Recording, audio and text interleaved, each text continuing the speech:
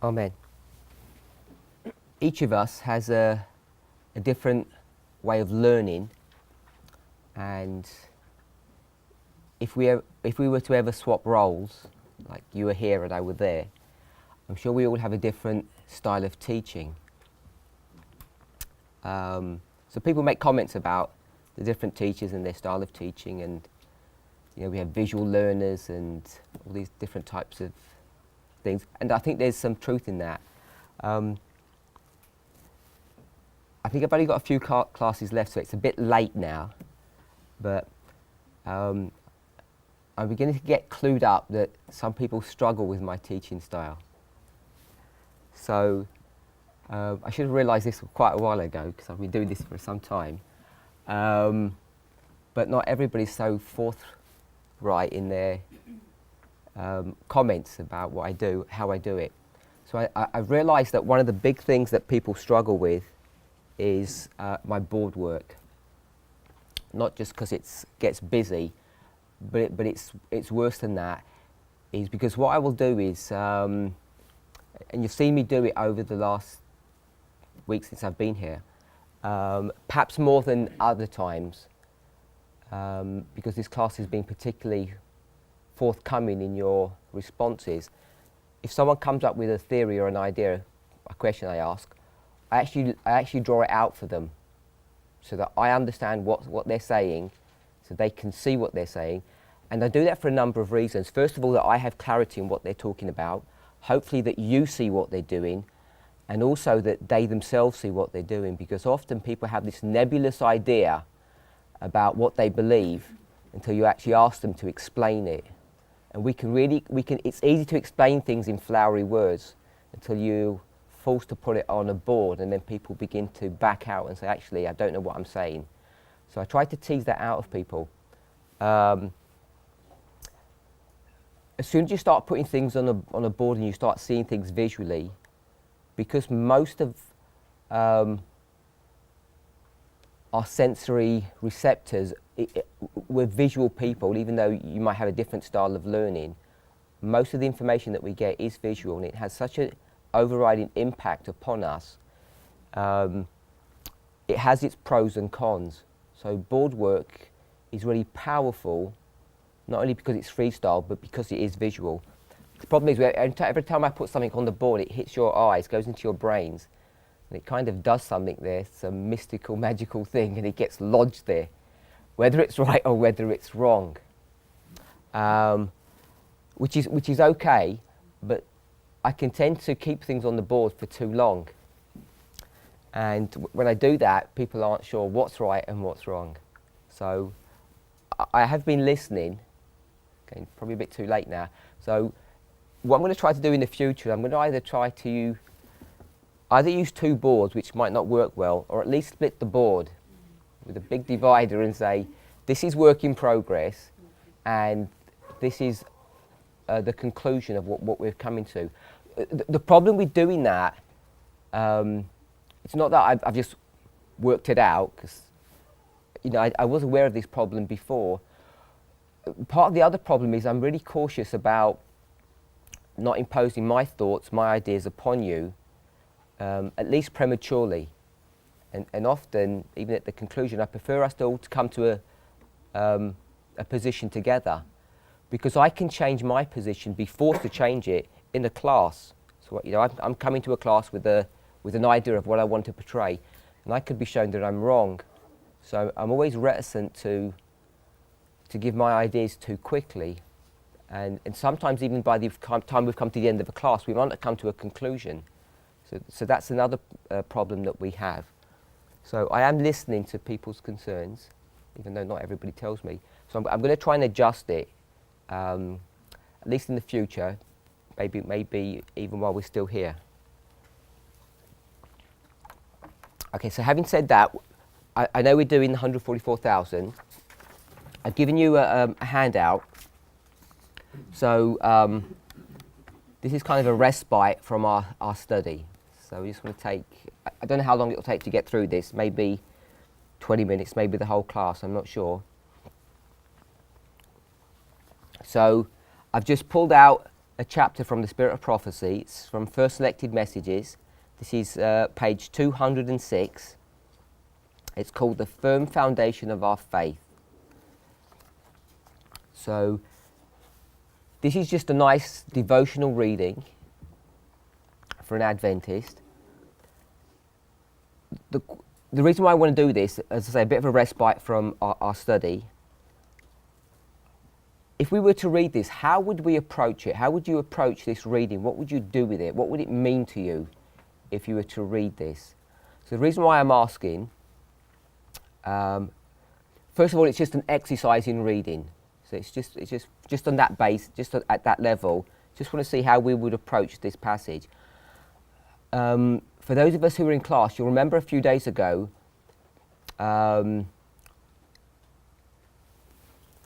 we got distracted talking about churches. It was my distraction. I'm not saying anybody did that. And I asked, can we lay out where the churches go? Particularly the 5th, 6th and 7th. And I thought it was going to be a relatively straightforward exercise, and it turned out not to be. People had actually quite varying views of where things were to be put. And hopefully we ended up with this idea that this was number 4, which was Thyatira. This was 1798. This was number 5, Sardis.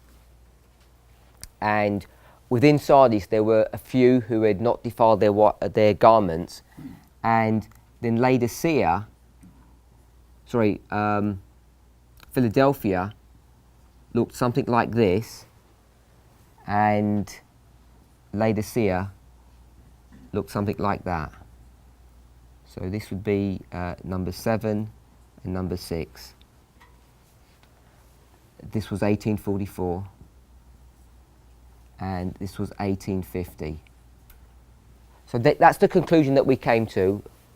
If people have some varying ideas, I'm willing to hear that. I don't want to discuss this now, but I only want to make a point.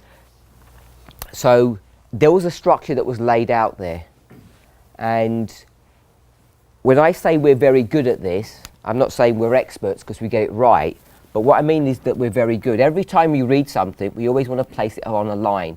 We always want to read into a statement, look at a word, turn it into a symbol, and put it somewhere in history. When we do that, we more often than not bring it into our own history, into our own time, because that's what we want to do. And I think sometimes it's useful to do that, and sometimes it isn't useful to do that. So we lay this out in Millerite history, and the reason why I wanted to do that is because when Ellen White talks about the relationship of the first, second and third angels' messages, she often talks about it in an historical sense. And sometimes we read those passages and we almost like as a reflex action just bring it all into our own history without realizing that she's often not doing that. She's often saying the first angel's message is a historical phenomena, and we must retain that in our memory banks and not forget the roots of where we came from, or in the context of this passage, the firm foundation or the foundation of our faith, that history, Millerite history. Someone asked me, if we're doing that, they thought, and they didn't sort of say this in any serious way, so I'll just put Millerite history. I'll condense all of this and just put Millerite. And they were asking, don't all the churches run parallel like this? Which was kind of the suggestion that Brother Daniel came up, which is why this all happened. We were talking about something, and he had a Spirit Prophecy quote that seemed to just get these churches and make them all into the present tense. And so I was asking, don't the churches just all run parallel all the way through? Is this some kind of new theory that destroys this concept? And I said, no, I don't think so.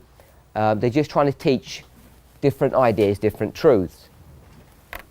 So when we get a passage of Spirit Prophecy, of inspiration that's in front of us, how are we going to approach this?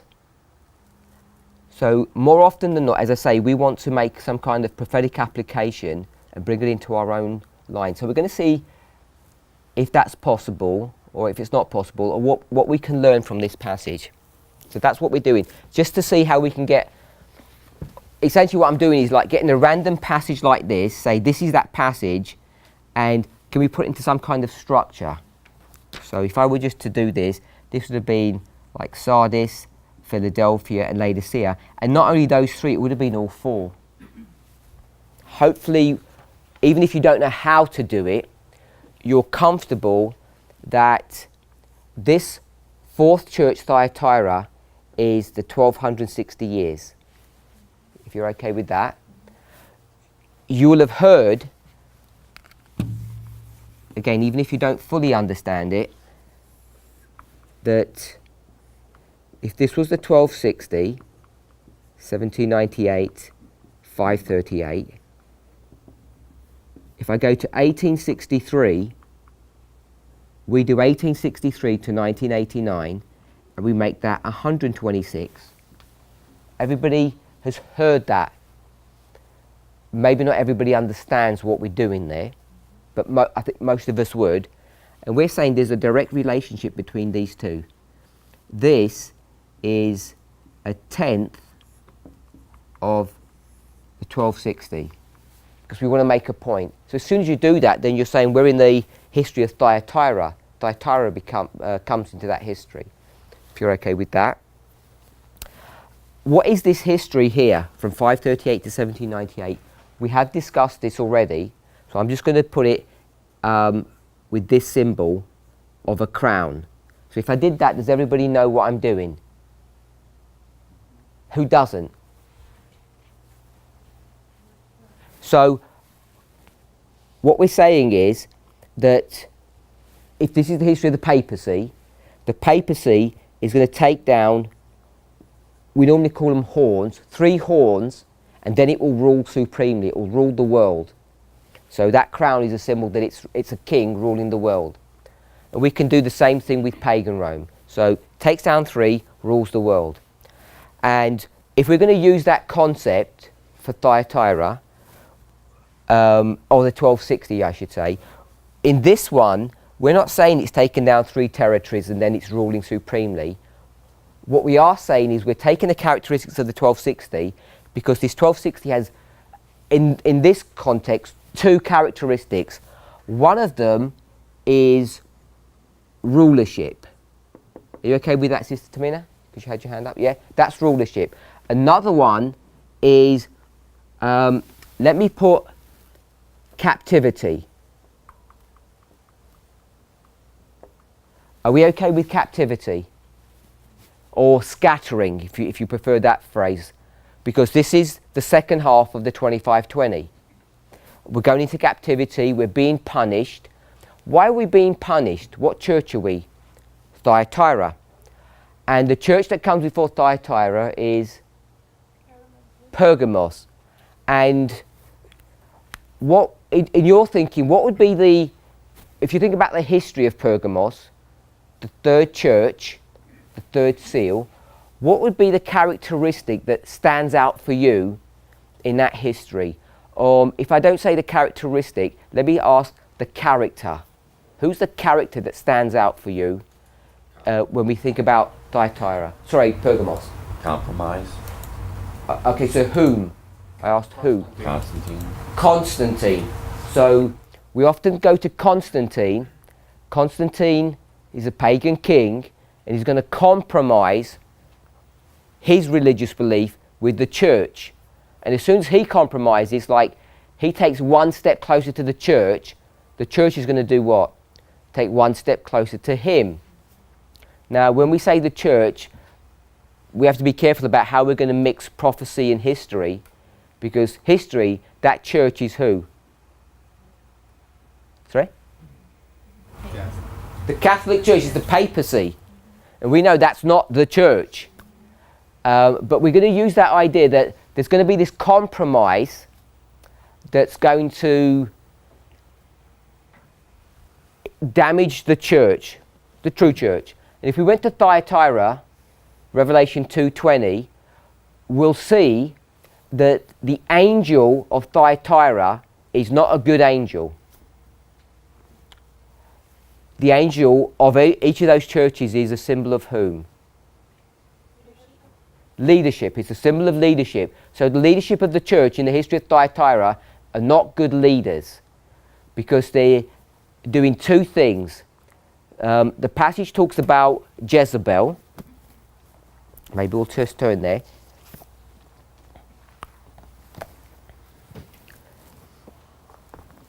Verse 19, 2:19. The angel has done some good things.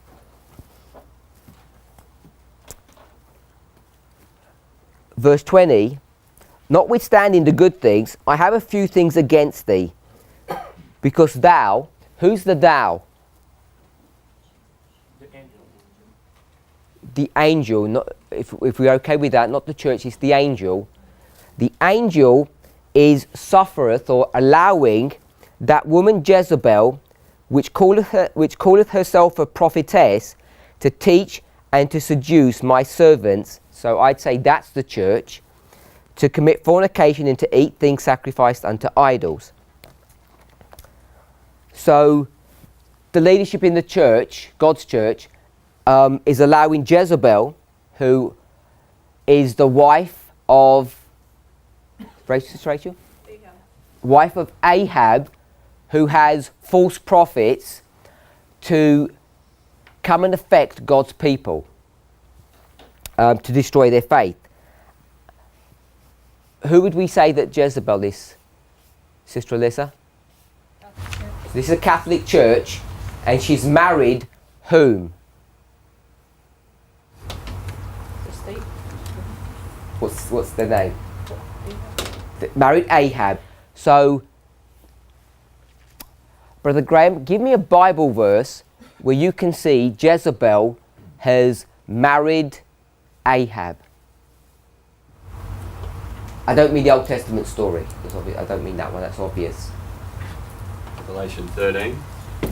Revelation 13, what would you see in Revelation 13?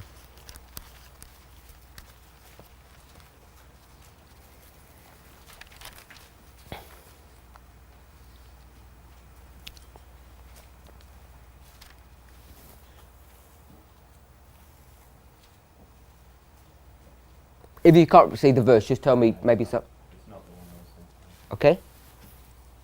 I don't know. Sister Kathy, where would you go to see Jezebel has married Ahab? Revelation 17:2. Revelation 17:2.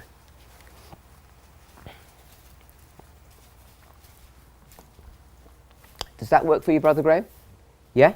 Revelation 17 verse 2. We'll go back to verse 1, the last part of the verse. It says, the great whore that sitteth upon many waters. So, that whore, Sister Kathy is saying, is Jezebel, if we're okay to make that connection. And what she's doing is committing fornication with the kings of the earth. So, just at that simple level, can we see some connection there? You get kings, you get a woman committing fornication, you're in Revelation 2, you've got Jezebel, and Jezebel's married to Ahab. In Revelation 2, you don't see Ahab in that story, you don't see the kings of the earth, but we're just picking up her name. Everybody okay with that? So, this is the logic that we use, where we say, take down 3 territories, 3 hordes, now rules supremely. We know that it gets state support to take down the 3 hordes. It's going to rule supremely with an iron fist. But coming back to Jezebel, that was the ruling bit. The leaders are allowing her to come and infiltrate God's church to do all of this seductive work. Now we'd have to go back to the previous chapter, previous section about Pergamos. So if you go back to the original story, not only is Jezebel seducing and teaching God's people error, but she's also got like a vice-like grip upon them. And they're really in captivity. If you try and fight against Jezebel, she's going to kill you. And we see that even in the original story. You know, Elijah tries to fight against her and she says, I'm about to kill you. Ahab was searching for Elijah, that man who troubles Israel, to destroy him. So there's this captivity component here. So we're taking both of those things. When we go to 63 to 89, we're not talking about rulership here. We're talking about the captivity. Okay with that? So we're taking this concept of captivity. But we know from 1989 onward, what's the papacy going to be doing? It's going to conquer 3 territories. 1, 2, 3. Now, do you see a problem here? This is this history that leads up to 538, and 538 on a reform line isn't even really a reform line. The reform line begins here at time of the end. So you've got time of the end here, and this is the reform line, time of the end. So what we end up doing is we take these patterns, but they don't line up in exactly the same way that we might think. You don't say you have 3 horns, you have some history, and then it leads to a time of the end. It does here, if you see this, you have 126, 1260 leads to a time of the end. You can see that pattern here. Can we see that? But then we're in the time of the end. It's going to take down 3 territories. This is Daniel 11, 40 to 45. 40 to 45. And then we're going to get to this stage. So this is the king of the south, the glorious land, and Egypt. And it's taken down 3 horns or 3 territories. So what will happen after that? It will rule supremely. So it's going to rule supremely here. If it rules supremely, this must be a 1260 then. So I'll put a 1260 here to indicate that it's going to be ruling supremely and God's people are going to be punished. So all I'm pointing out when we just did this exercise is when we approach any history, we tend to try and bring it into our own history. And we can use this 1260 here as a date or a time period, 126 years, but we can also just use it as a concept here, where the papacy is going to be ruling supremely. And again, we'd go to Revelation. Where would you go to here? Where would you go to Revelation? Even if you don't know the verse, which chapter would you go to? This is the but by the way, this is the Sunday law. Here, I'm saying this is the Sunday law. 13. So you go to Revelation 13. Where else would you go? 17. Go to Revelation 17. I think you'd have to go to both of those things, because what's happening here? No buy, no sell, and they're going to force you to do that. There's going to be economic and there's going to be economic pressure, and I don't know how to, I don't want to say military, but if you want to call it a military state, there's some kind of force that's going to be applied to you that you can be put to death if you don't comply with those things. So there must be some kind of state involvement here at the Sunday law. And in Revelation 17 it says the kings of the earth, if you just went back to this history, they're going to rule with the whore. So we can see that church-state relationship. And why would we go to Revelation 13? Because it's the Sunday law period. And the Sunday law period is, well, not say is, if you go to Revelation 13, what characteristics are you seeing, Brother Daniel, when you take us to Revelation 13? Just a Sunday law issue or something else? The deadly wound being healed. The deadly wound is healed. Verse 1, the beast has his crown. So characteristics that sometimes we miss. Does everybody know that chapter 12, chapter 13 and chapter 17 is talking about the same beast? In 12, it's this red dragon. In 13, it's this leopard-like beast. And in 17, it's this scarlet beast. It's 1, 2, 3, 12, 13 and 17. And if you look at the characteristics of that animal, they're all the same. It's got 7 heads and 10 horns. Yeah. So if you do that and you just proof text, you know that this is talking about the same animal, the same entity. And what we would need to do is try and understand how that all works. So if you looked at 12 and you looked at 13 and 17, I don't know if you can see it from that distance, but in 12 you can see that there are crowns here. I don't know if you can see the crowns. Those crowns are on the head of that animal. And if you go to 17, you'll see that there are no crowns on that scarlet coloured beast. No crowns are mentioned at all. But if you go to 13, chapter 13, verse 1, it tells you that the crowns have now moved from the heads to the horns. If we can see that, 13:1. So those little subtle clues help you to put that chapter into a framework, into a dispensation. So does everyone understand that concept? If you don't understand the intricacies of how you'd make an application, you can just see shifting of crowns. I say that, you have to take my word for it, that there is crowns on the heads, crowns on the horns, and no crowns if you haven't read the verses. But it's there.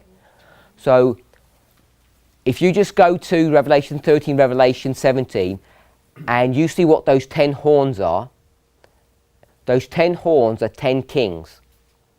And those 10 kings haven't received a kingdom until the end of the world. So it's future, it's not present tense. The 10 kings haven't ruled yet, they're not ruling. So if you take that concept, then when you go to chapter 13, you know it's talking about the future at the end of the world, because now those 10 kings, those horns have got crowns. And that's this history here. The 10 kings have got crowns. They're co-ruling with the papacy. Is everybody okay with that concept? Anybody not understand that? The problem with that is this is just a general problem that causes us, that can cause us real trouble. Chapter 13 talks about a lot of things. It talks about a beast that's coming out of the waters and he's standing upon the sand of the sea. So it's at the interface between sea and land. Let me read that. 13:1. And I stood upon the sand of the sea and saw a beast rise up out of the sea, having 7 heads, 10 horns. So there's this interface between sea and land, and that gives some kind of historical context of where you're moving to from sea to land. Are we okay with that? Yeah? So we did this the other day. Sorry? So, I thought I did say it wrong. If this was 1798, we said this was the sea and this was the land. We didn't say it that way at all. When we say sea here, where are we, okay, this is chapter 13. Where else are we seeing this sea? We read it a minute ago, but we didn't read it. 17:1. I skipped over that bit because I just said the whore. It says the whore is sitting upon many waters. Yeah? So, you tell me what the waters is. Okay, so people will always go to verse 15, Revelation 17:15, because it's a proof text definition of what the seas are. So I want to suggest another definition of those seas, the same definition, but it's in the next verse. It's in the next verse. Brother Philip said the beast. I'm going to say it's not the beast. It's the next verse. It's the. But in the verse it calls it what? It says kings of the earth. So to make it the horns, we have to do a bit more work. So I'm saying sitting on the waters is sitting on the kings. This is a relationship of fornication, if we're okay with that. Does that make sense? 17:1, she sits on waters, and then it says, with whom the kings of the earth have committed fornication. And the rest of the verse basically is saying, the kings, how do we read verse 2, the rest of the verse? What are the kings doing?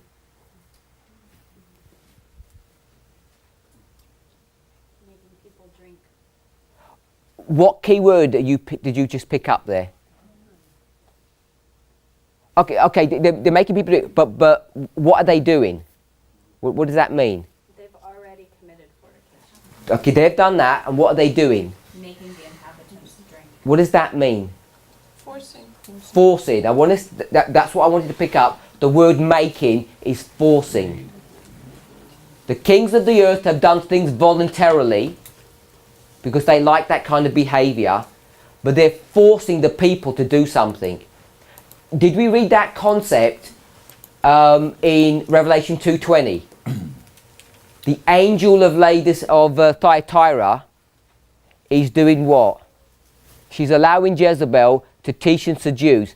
So the angel's doing its thing, but it's the servants are sort of innocent victims. If I want to portray it in that way. The inhabitants of the earth, they're not interested in all of this stuff. They're being made to, how does it say? To drink the wine of the fornication. They don't have a choice in this. So the kings are voluntary, the people, it's been foisted upon them.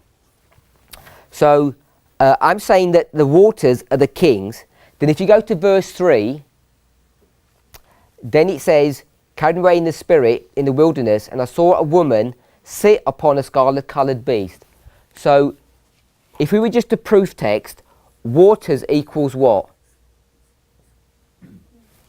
Kings equals what? Nation. This was verse 1. This is verse 2. Beast. Equals the beast. Verse 3. So I'm saying this is a repeat and enlarge. The waters equals the kings equals the beast. Are we okay with that? Yeah? And then we'd say it's nations, which is verse 15. I'm not trying to undo that. That's the primary way that we'd approach it. But I want, if we could see the waters equals kings equals a beast, it would help us to really settle into our minds what this beast is and who the kings are. So here we are. She's coming out of the waters. I've put this here. So what are the waters? I'm saying the waters are the kings. So these are the kings of Europe. And we're standing on the cusp of the sea and the land. And I'm going to say the land is the United States, which is this model that we developed, I think it was just maybe the day before. Europe here, which is being ruled by the papacy. In Revelation 17:5, the papacy is called what? Babylon. 17:5, this is Babylon. And this is the time of the end. And people are going to leave Babylon to go to the United States, which is the glorious land. Okay with that? So if we can jump back 2,500 years, and we'd be in Isaiah chapter 45, 46, 47, that kind of area, we can develop the same logic, the same argument, and This is also the time of the end, but this is Cyrus. This is the story of Cyrus, and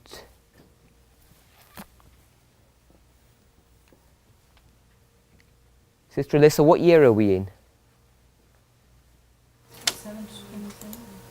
723. See, normally I put 723 down there, so I'm not going to. So you know it's wrong. 723. Sister Kathy? 38 538. BC. We're in BC territory because it's 2,500 years. 538, Brother Bob? I would want to say 457, but that's afterwards, so it's pre-457 BC. Anyone else? Why'd you say 538 for? That's when he became sole ruler. Can you hear her? Nope. That's when he became sole ruler and Babylon fell. Okay, when he becomes sole ruler and Babylon fell. So you're taking the fall of Babylon here from at 538. He became so. Secular history is going to tell us that it's 539. So, Brother Philip, you saying something? Maybe it's a minor thing. I think he became co-ruler in sole ruler in 536. So I don't know if the it's king right. is Darius, not Cyrus, when the fall of Babylon happens. That's chapter 5. He rules for 2 years. This is the tension between the first year of Cyrus and the third year of Cyrus. So I'll put 538, 536. You okay with that, Brother Theodore? Yeah? Technically, he becomes the sole ruler in 537. He does the decree in 536. So you got... Because his decree is 6 months later. Okay, so let me just, so that we're accurate, we've got 538 equals 539. This is to do with because the years don't start at the same time. Are we okay with that? Yeah, yeah. And we're saying 537 equals the king, and 536 equals the decree. Yeah. So is that technically accurate? Mm-hmm. Yeah. So maybe you can take a note of that. So that same history, and essentially Cyrus is going to say, you can do what? Leave Babylon. Just leave Babylon and go back home, go to the glorious land. So you can see the same parallel there. So the only reason I'm mentioning that is because, as I say, 13.1 begins in this history, and I'm saying it begins way back here in 1798. Then it kind of jumps back and forth in history. You can go to verse 11. It says, "And I beheld another beast coming up out of the earth."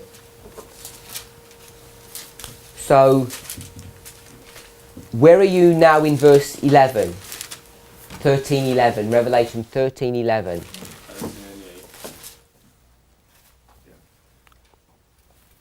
Sister Sue Ellen, where are you? I'm lost. Okay, I'm sorry. Tell me, how much of this didn't make any sense to you? Oh, that all made All that sense was to good? me. Did you see how I connected the sea and the earth? It's coming out of the sea, it's standing on the shore, and it's going on to land. Did that make sense? Mm-hmm. Okay, and I'm saying this is Europe, that sea represents Europe, and I'm saying that that land represents the United States. Does that make sense? Mm-hmm. And that's 1798, the time of the end. Then I went 2,500 years back to the story of Cyrus, and I'm saying Cyrus does the same thing.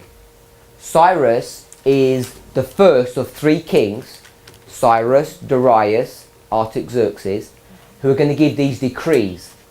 And here in this history from 538 to 536, this 2-year history, he's going to become the king, he's going to destroy Babylon, and it's the time of the end. Babylon comes to its end. So I've paralleled 2 histories together. Does that make sense? And in that history, God's people are going to leave Babylon and go back home.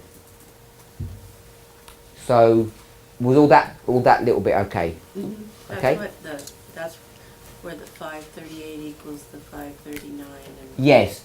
All this is BC. And this is AD. So I've given that in the general sense. And you can just really pick it up from this chart here. 538 BC. The fall of Babylon. It says it on the chart. So I've put it up here. Now, it says 538. Brother Theodore could show us that it's actually October 539. That's right? October 539. So I'm saying 538 on the chart equals 539 in secular history. That's why I've put the equals there. Then, 537, Cyrus becomes king after Darius dies.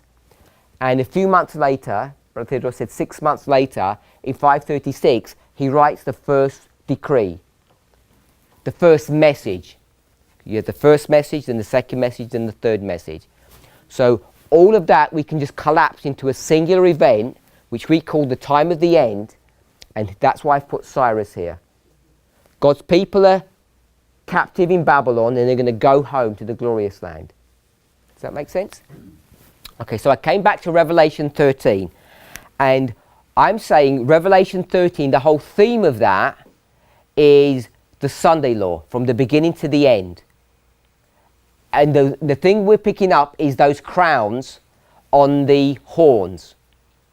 Verse 1, the crowns are on the horns. Does that make sense, Sister Suellen?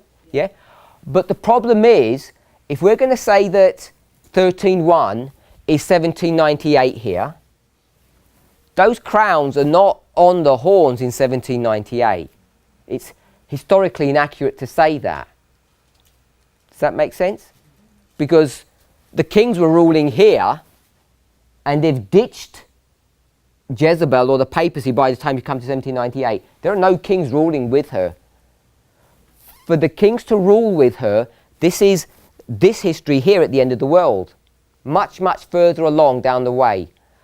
But what John has done is he's taken the symbol of the end of the world and attached it to that beast and run it through all the way through. Because here, you're here in 1798 where you start the chapter and you're going all the way through with this beast that's got crowns upon its horns. So sometimes that can throw us. It can distract us. Does that make sense? Not really. Okay. Do you agree that verse 1, we would place that at 1798? Comes out of Europe, goes to the glorious land. Would that make sense? Comes up out of the sea, goes upon the land.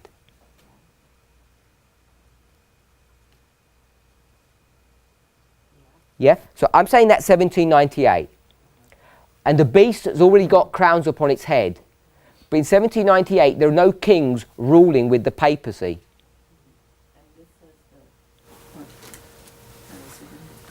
on the horns are 7 crowns. Yes. The horns, those 10 horns, equals 10 kings. Someone give me the Bible verse for this. Chapter first. 17, verse 12. We want to try and get these key verses in our minds so that we're not looking for them. Sister Suellen? Yeah. 10 horns are 10 kings. Just proof text that. Those 10 kings are in the future. Because they're not ruling yet. They're in the future. They're at the end of the world, and I'm putting them here. 10 kings. Are you okay with that? The ones in chapter 13. So I'm saying chapter 12, chapter 13, chapter 17. We've got to look at them not just historically, but conceptually. We have to juggle 3 chapters all at once and try and get the concept of what's being taught by them. What was the reference in chapter 12? We didn't go to that one. So chapter 12 is verse 3. There appeared another wonder in heaven, a great red dragon having 7 heads, 10 horns, and 7 crowns upon his head. So you've got 12, 13 and 17. And we want to get all of those 3 concepts together. So that in 12:3, there's just 7 crowns On the heads, on the heads. not on the horns. And then in 13, there's 10 horns and 10 crowns. Yes, So you got 3 more crowns. in a different place. Yeah, I know, in a different place. And in chapter 17, there are no crowns at all. And I'm saying it's the same beast, same animal, there are no crowns. So that's trying to teach you something, it's a clue. So even though it's taking you way back into history, in chapter 13, if you went from verse 1 all the way through to verse 10, it talks about a lot of information, but by the time you get to verse 11, it says, there's another beast coming up out of the earth. And who is that? That's the USA. What year? Well, wouldn't that be in, he speaks like a dragon. So is it not 1798? It's later. So I'm saying that 1798, in fact that's the Spirit Prophecy quote that would give us that information. It doesn't speak like a dragon, tell me. No, because it's like a lamb. So you have these 2 beasts all being brought to view in 1798. So it's going to tell you this story from 1798, how you're going to get these 2 beasts running through history. But the focus of the chapter is this. That's all I wanted us to see, that the focus is the end, but it's going to tell you how you get from the beginning to the end. Brother Daniel, then Brother Philip. Just an interesting chiasm that we can see there in the board. You have before 538, you have 1, 2, 3, the 3 boards. Then you have the 1260. Then you have 65 years to 1863. And in the middle of this, you have, let's say, 33 years, and it's 1831. And that's the formalization of the message. And then you have the 126, and in 1989 begins the conquering of the 3 last horns, let's say like this. Okay. Okay, so you want to, if I can just write what you just said, you want to put the formalization as the midpoint? Yeah.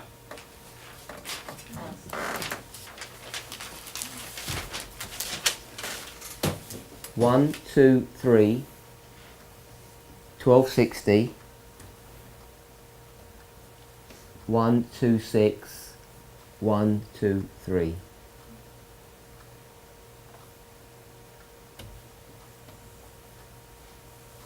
Is that what you say? Mm-hmm. Okay. That's nice.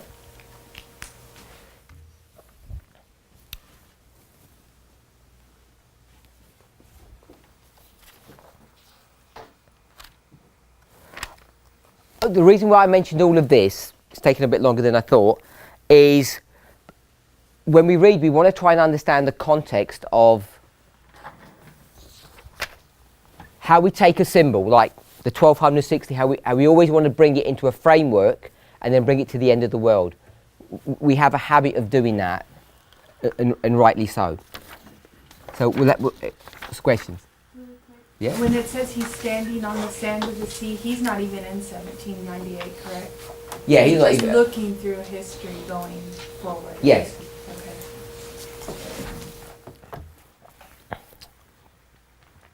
the firm foundation of our faith. Just from the title, where would you place this? The title is the firm foundation. When the foundation is built. Sorry?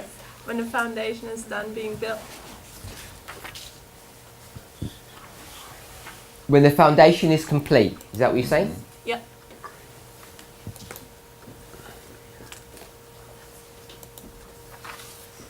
The foundation is finished. And where do you want to put that?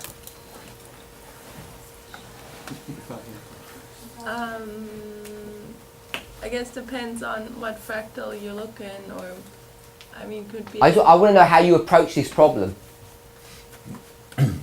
Just from the title, what would you do with that? I would suggest 1850 with the 1850 chart. You're saying this is 1850. Anyone else? Agreed. Sorry? Agreed. You agree? Why not 40 to 50 1840 through 1850? to 1850. I guess the only reason I assume she said it because she said it's finished now, so she just gave the end date. You're just giving the beginning. So you'd have, I don't know if you may not agree with that 40 date, but it'd have some history. Many of our people do not realise how firmly the foundation of our faith has been laid. My husband, Elder Joseph Bates, Father Pierce, we'll skip the comment from the compilers, Elder Hiram Edson and others who were keen, noble and true were among those who, after the passing of the time in 1844, searched for the truth as for hidden treasure. I met with them and we studied and prayed earnestly. Often we remained together until late at night and sometimes through the entire night, praying for light and studying the Word. Again and again these brethren came together to study the Bible in order that they might know its meaning and be prepared to teach it with power. When they came to the point of their study where they said, "We can do nothing more," the Spirit of the Lord would come upon me. I would be taken off in vision and a clear explanation of the passages we had been studying would be given me, with instruction as to how we were to labour and to teach effectively. Thus light was given that helped us to understand the Scriptures in regard to Christ, his mission and his priesthood. A line of truth extending from that time to the time when we shall enter the city of God was made plain to me, and I gave to others the instructions that the Lord had given me. So, what do you take from this first paragraph? What things stand out for you? Can we begin to draw a line? What are the key points? Brother Bob? A couple of things that stand out to me is that as they were searching for the truth as hidden treasure after 1844, as they continued to study, that they not only were supposed to be able to know the meaning of the Scriptures, but be prepared to teach it with power. That's one thing that stands out to me. And a little further down the paragraph, how they were to labor and teach effectively. So I see that the purpose is not only to learn the message, but to learn it in a way that you're prepared to teach it effectively and with power. I can put those two thoughts together.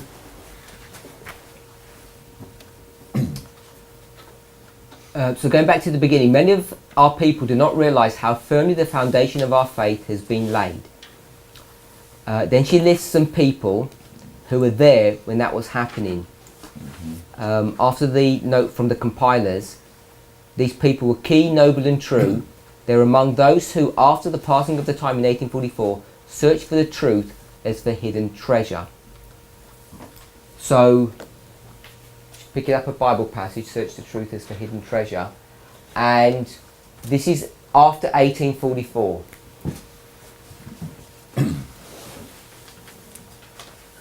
So here's 1844. Is this October? Yeah. So this is October 1844. And what are they doing? Studying. So they're searching the truth as for hidden treasure. So that last bit where it talks about after 1844, how is that being connected to the first sentence where it talks about the foundation of the faith? Where is the foundation of the faith being laid?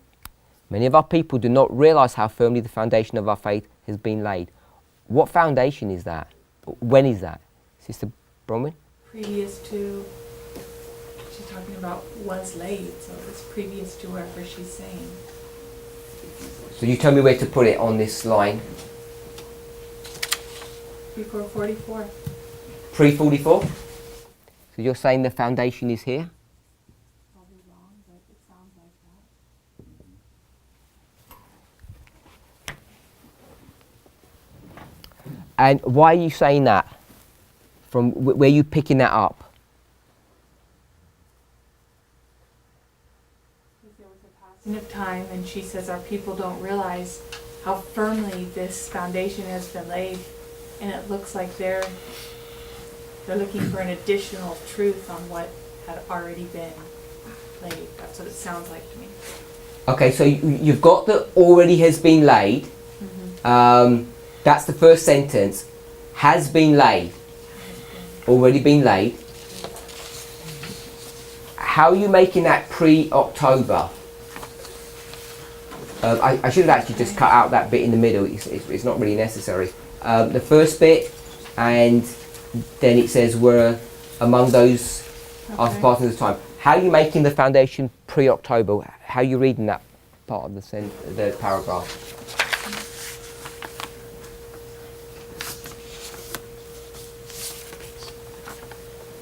I'm assuming it's pre-October. Are you asking? Yeah. I've asked the foundation, you said it's pre-October. Why are you saying pre-October? I have that automatic assumption in there because there was a passing of time and they were disappointed, so I'm assuming they were going back to reconsider. So maybe that's just an assumption on my part. So, we know that after October they're searching for hid treasure. So, even if we don't know why they're doing that, we know that they are doing that. And okay, so we can make the assumption that the reason they're doing that is they're going through a checking process about, and that's not just an assumption, we know that factually really, that's why they're doing that. Brother Jason? That was my question. Were they studying why they were disappointed, or were they, what were they studying? For hidden treasure, was it because they missed the date or something? Sister Samina? I somehow approach it a little bit different when Oh wait there, you're going to answer that question or a different point? Maybe it's slightly different. Okay, so let's just wrap up that point then. So we know that they've got a disappointment. We know that higher medicine has just received a vision. When I say just, depending on where you are, in October he's received this vision. So this is his explanation of what's gone wrong, just on that one point. So they now have to go and justify and explain the veracity of actually what has happened. So they're going to go back and study if his explanation of things makes sense, if it's reasonable. And I think the commentary, the historical one, or even Ellen White's, is that is actually what they were doing. If we were just to pick up, make this really simple, what they're going to do is they're going to realize that the sanctuary is not the earth, and they're going to study this diligently. In the midst of this, there's this troubler, my husband, Elder Joseph Bates. So Joseph Bates is going to cause them some aggravation. And what's his problem? The Sabbath. He's already a Sabbatarian, and he's going to now push the Sabbath agenda upon them, and they're going to start having to deal with the Sabbath. And in 46, Ellen White's been persuaded and she's going to start keeping the Sabbath, get married, get rebaptized. So there's this Sabbath issue and there's this sanctuary issue. Sister Bronwyn. Just a side note, you can answer it later if you want. Why do we say she's getting rebaptized? It's slightly confusing. Why are we counting that first baptism? Anyway. side note. Okay. I don't know. I'll let Why wouldn't you? Why do you ask that question? Because I seen it on the documentary yesterday, or the day before too, and it struck me as odd. And it strikes me as odd again, so maybe I'm missing something. Why is she getting rebaptized? She was never baptized into the faith. Which faith? The real one. Hmm. That's how I see it. So you can, I'll pull my question back for a different time. You can get me. So you're there. saying her baptism into Methodism, or the Methodist Church, is not real, genuine. What you're saying? It's not. I don't believe it was. I don't believe that baptism. I don't believe in that baptism, no. So I feel like her baptism was her baptism, not her rebaptism. But I don't want to distract the class. Why did she get baptized? The first one, the Methodist one. Converted. Sorry? She believes in Jesus. She was convicted. Of what? I thought it was of the Miller's. Yeah. I thought. So it's the message that's making her get baptized. So she gets baptized as a result of the message.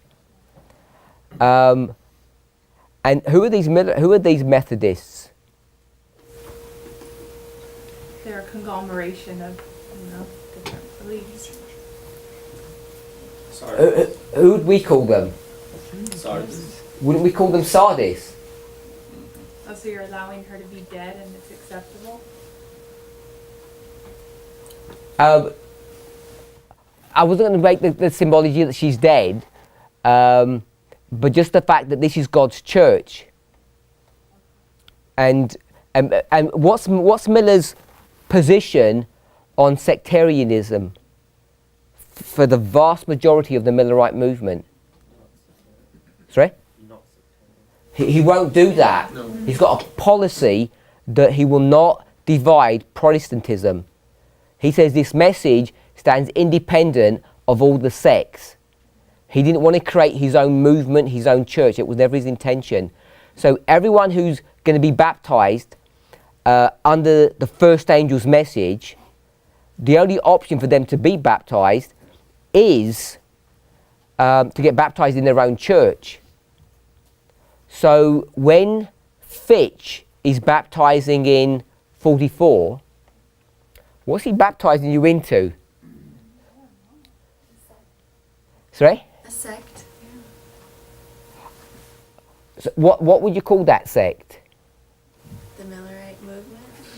So you can see they're getting into problems now, because I don't think they've got some formal position like we're the church triumphant, we are the epitome of Sardis, or we're now Philadelphia. They don't have that self-identification. I think they're just getting baptized into the faith, and they can no longer get baptized into a sectarian church because they've been thrown out of the churches. So they're in this kind of limbo land, really, this halfway house about what they're actually getting baptized into. I'm not even sure in 46 what Ellen White's getting baptized into. I don't think that she's getting baptized into anything except like just the truth. So it would seem to me that her baptism post 44 is very similar to the baptisms pre 44 that, say, Fitch is doing, especially after the disappointment of April. In that 6 month period, and people are getting baptized,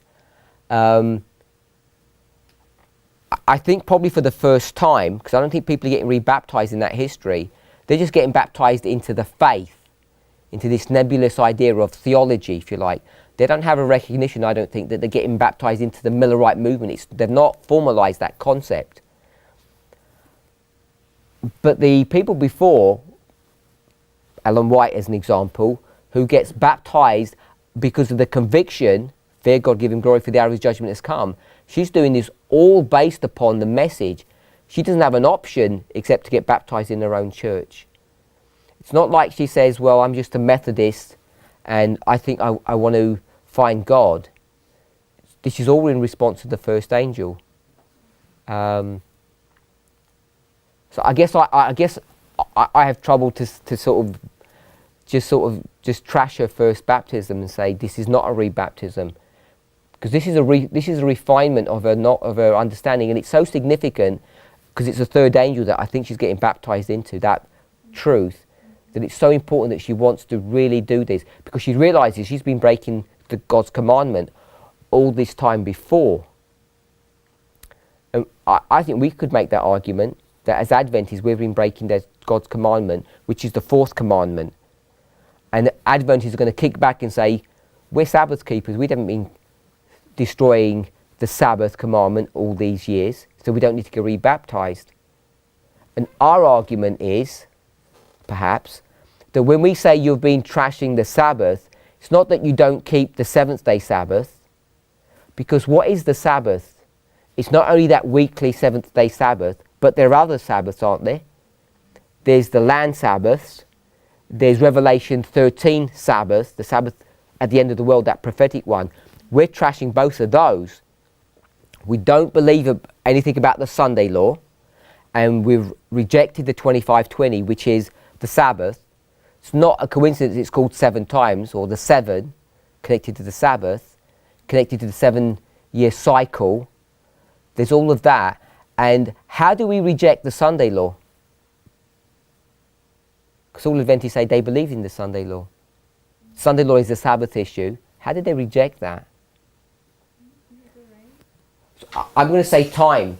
They say we don't know any information about the Sabbath, and not knowing about it makes you unfit to be ready for it. So all of that can be tied together under one title, the third angel's message. And I think that's what that rebaptism is about. It's a focus to say we actually really believe, are totally committed now to the third angel's message. It's changed our lives in a way that as Adventists we didn't understand. As a Methodist, when we got baptized then as Sardis, now we actually realise that we're getting baptized keeping the commandments properly. That's how I would conceptualize that. Okay, so I want to know why. Sorry. You need to make a Correction? correction. Oh. You said we don't know anything about the Sabbath, therefore we don't, but you meant the Sunday law. We don't know anything about the Sunday law, therefore. Yes, I use Sabbath and Sunday law interchangeably. When I say Sabbath, I didn't mean to say that. I didn't mean to say the Sabbath, because the Sabbath is the fourth commandment, and it's that one that's the focus of attention. It's the Sabbath Sunday issue. Because when we put all these sevens, after the door is shut and they waited 7 days, and I think Sister Tess said there were these 7 kings after Pyrrhus. Those 7s are not Sunday, because that's number 1. We make that symbology about 7 being the Sabbath. So when I say Sabbath, yes, I mean Sabbath Sunday controversy. That's what I mean. So when I say we don't know about the Sabbath, we don't know that the Sunday controversy is going to come in the future. We believe it in a nebulous term. So yes, my language may be through you on that. Does that make sense why I said Sabbath? I actually did mean Sunday, but I wanted to say Sabbath because I wanted to run that through. So the foundation. Mr. Tamina. Maybe I'm reading a wrong language barrier or so on, but what I'm reading is that the first statement is that people do not realize how firmly the foundation of our faith has been laid, and now she goes and explains how it's been laid. So that will place the foundation then after 1844. Yep. Brother Graham? Foundation after 1844? I think in the first sentence she's writing it back in 1904, and so she's looking back. What's the date for this? Because it's not in this passage. It is Yeah, 1904. So if you just want to pencil it on your notes, this is 1904. I normally do that and I forgot. This is 1904. Special testimony, Series B.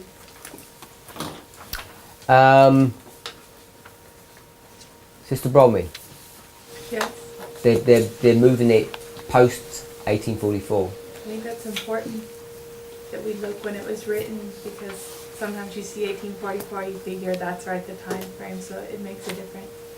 I'm willing to adjust what I put about 1844 in the foundations. Anyone got any comment or objection, or they want to express it in a different way? My question is this. She's talking, we've got to there, she says, after the passing of time in 1844, this is October 1844, then the lead sentence talks about the foundations were laid, was laid. And I want to know when the foundation is laid in connection with the passing of time in 1844. Brother Bob. It related to this, but not directly in this passage. We've looked at the foundation before, and there's passages that talk about from 1840 to 1844 being the foundation being built, and then we looked at the difference between a foundation and pillars, and our concept of what that looked like. Is the pillars standing on top of the foundation, or the pillars supporting the foundation?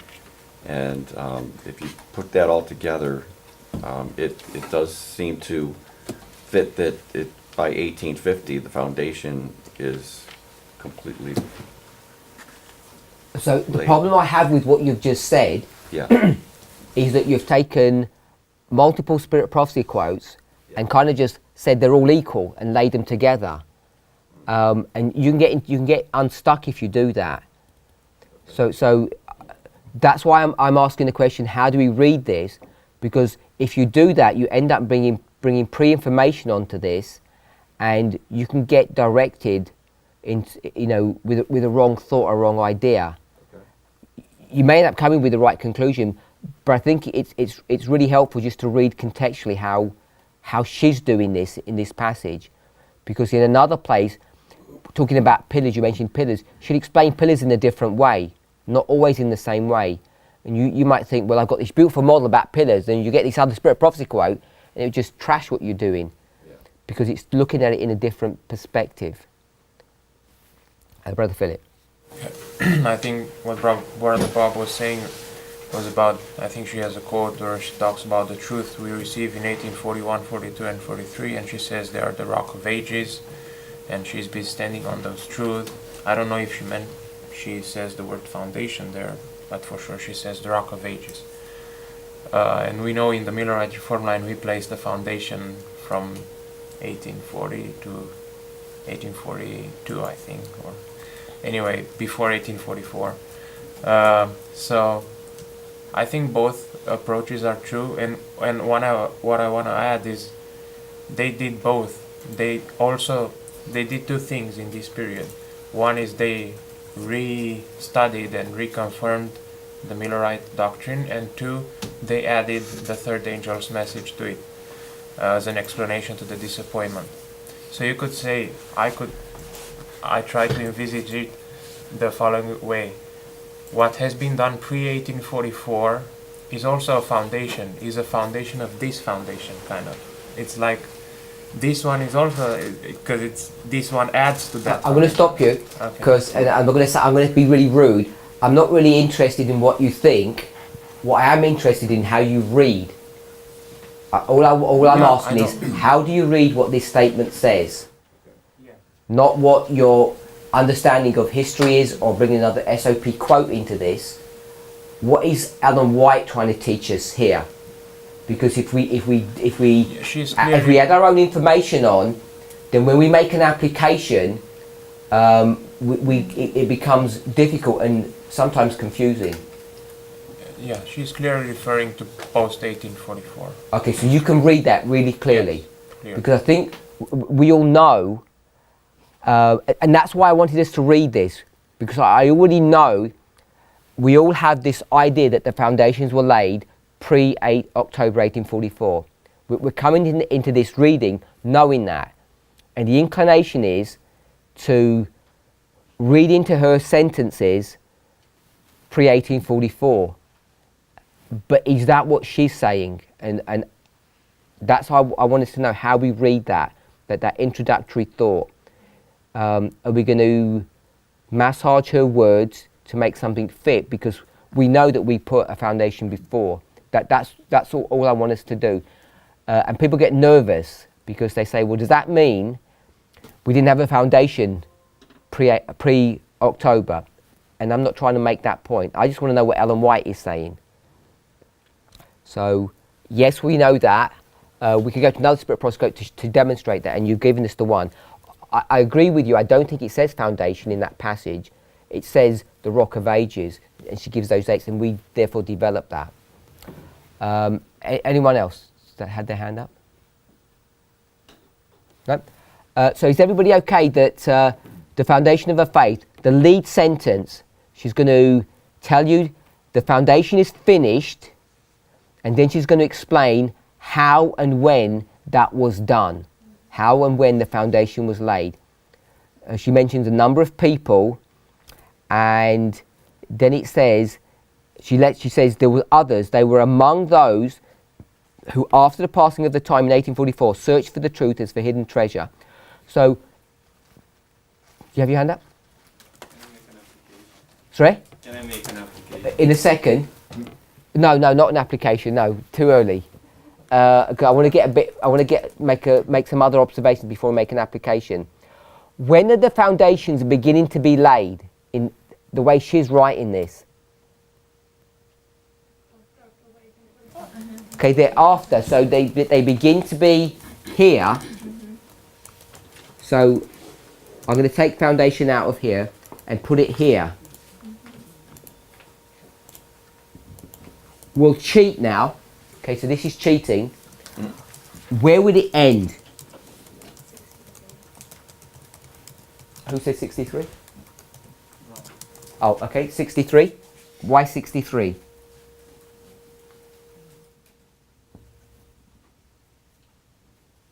What would be your reason to make it 63?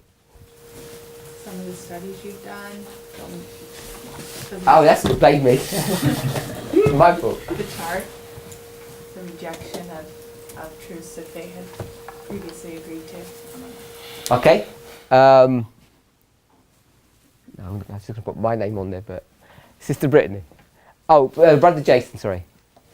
Well, if you skip ahead, it says building upon this foundation for the last 50 years. So couldn't you take the 50 somehow and start and figure out?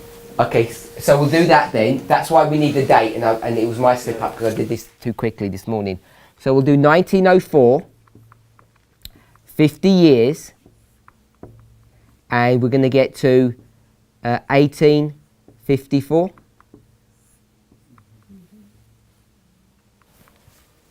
Does that make sense, Sister Bronwyn? Yeah. So we got to 1854. So if we're going to use that as a mass calculation, then the must have been completed pre-54. So we could, I guess, theoretically say this was 1854. If we did that, we'd have to find a waymark or some important event that would be 1854. So I'll just put approximately 1854, but it'd have to be pre. Sister Brittany, you had your hand up? Would the foundations end in 1884 with her last open vision? So that you're going to take the foundations all the way to 18... Is it 84? I don't remember the year. Yeah, that's the year that it is. So you're saying the foundations stretch to 1884 from 1844. So it takes 40 years to build the foundations. Why do you say it could go so far into the future? I'm not sure, but this paragraph is talking about the means by which they got light, and it was through, she's saying it was through her visions. Like when they got to a bump in the road, she had a Okay. vision. So I'm not sure. I don't know. The logic that Sister Brittany is saying is there's something about Ellen White and her visions that is connected to this story, and her visions stop in 1884. Does everybody know that as a historical fact? Mm-hmm. Yeah. So that's why she's picking up. It's the visions that Sister Brittany is picking up here.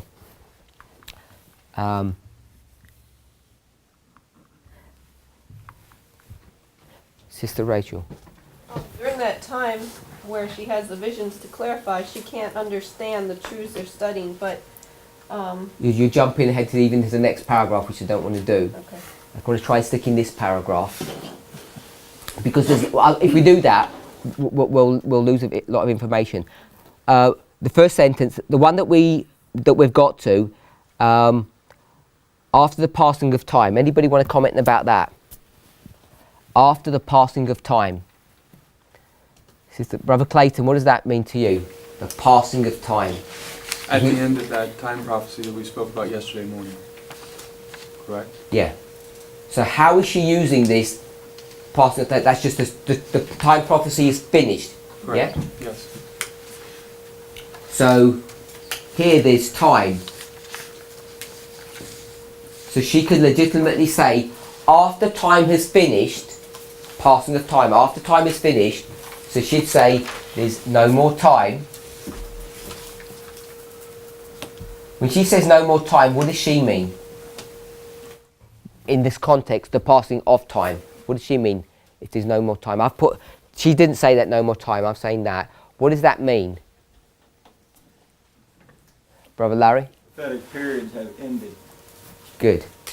The prophetic periods have ended. That's what I understand that she means. After the passing of time, everything's ended. So I noticed that you put an S at the end of this. This looks like a 5. Because you want to make it prophetic periods. Brother Clayton? Period, right? We were talking about 1, am I wrong? I'm asked. That's why I'm asking the question. That's the way I understood it from yesterday, is it was the end of that one that she was talking about, not the end of all of them the way I understood it before. Okay, so is it prophetic periods or period? I don't want to get into a huge discussion, but just for us to think about when she's saying, because what we want to understand is not what we think. What does she think? What's the point that she's making here when she says the passing of the time in October 1844? Because what we want to do, Ellen White's a prophet, so what we want to do is trying to get into her mind. We want to try and enter into her mind and say, what is she thinking when she's writing all of this? Because if we do that, it's not her mind that we're entering into, it's God's mind. And the reason why I make that point is when the Bible says, let this mind be in you, which was also in Christ Jesus, who being in the form of a servant, thought it not robbery, we often take that passage to say, the mind of Christ is this nice, humble servant person. And we limit it to that we should be nice people. I want to make the point that having the mind of Christ is not only being a nice person, it's also thinking like he thinks. Sister Tess made the argument that reform lines, whilst they're all identical, have different characteristics. She didn't labour this point, but I have mentioned it. Moses' line, Christ's line, the Millerite line, and our line. So there's an argument, and I believe it's true, that these two lines here are the lines of success, and these two lines here are the lines of failure. There's mistakes in here. So if that's true, and it says, let this mind be in you, Christ is here at the very beginning, from the time of the end, all the way to the end. And does he understand everything? He knows what he's doing. He's not making any mistakes. just with that thought, that idea. So when it says, let this mind be in you, which was also in Christ Jesus, this is not just he's a nice person, this is also someone who's being led and directed by God. He knows what he's thinking. He knows why he's going from this point to this point. So when he wants to go to a feast and his brothers say, how come you're not going to the feast? He said, I don't want to go to that feast. And they say, well, it's because you're a chicken. You're worried about what people think about you. That's why you're not going. If you were a real man and brave and you actually were the Messiah that you claim to be, you would go there. But he knows what he's doing. So he says, I'm not going to that one. Then he goes surreptitiously and secretly. So all I'm saying is the mind of Christ is more than just being a nice person. So when we read, what I think we're supposed to try to do is to try and get into Ellen White's thinking of why she's saying what she's saying. And the more we can do that, the more practiced we are in that, then we can have a correct understanding of the point she's making, and then application becomes so much easier and you're less liable to make a mistake. Amen. So that's why I asked the question just on this point. When she says the passing of the time, does she mean the prophetic periods, or does she mean the prophetic period singular? What does she mean by that? That's why I asked that question. Now, I'm not saying we have a definitive answer, because we could all have different opinions, but the closer we can get to trying to understand what she means, the better off we can be when we make applications and we try to understand what we're supposed to do, and then how we would teach our message to other people. Okay, so maybe if you get a chance to read through the document, then we can pick it up tomorrow. Let's pray. Our Heavenly Father, we thank you for your goodness. Lord, help us to have the mind of Christ. Help us to be able to understand how we deal with these different symbols, things that seem so confusing at first sight, but the closer we begin to emulate you, not only in our intellectual thought processes, Father, but also in our behaviour and our conduct one with another. Lord, throughout this day, may we have a taste of the mind of Christ, both in our intellectual thoughts, but also in our behaviour one to another. We ask for protection and grace. We ask for a blessing upon the food that you've provided for our needs. Be with us and bless us, we pray in Jesus' name. Amen.